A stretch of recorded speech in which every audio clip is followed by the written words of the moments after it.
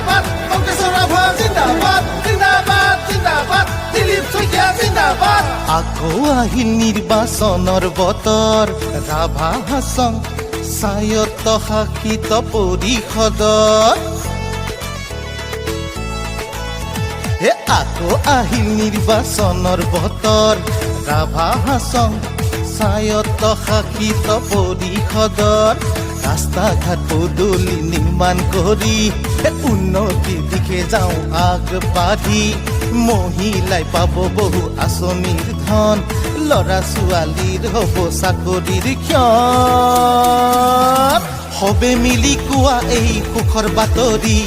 ৰাভা হাছঙত হ'ল নিৰ্বাচন জাৰি সবে মিলি দিয়া এই সুখৰ বাতৰি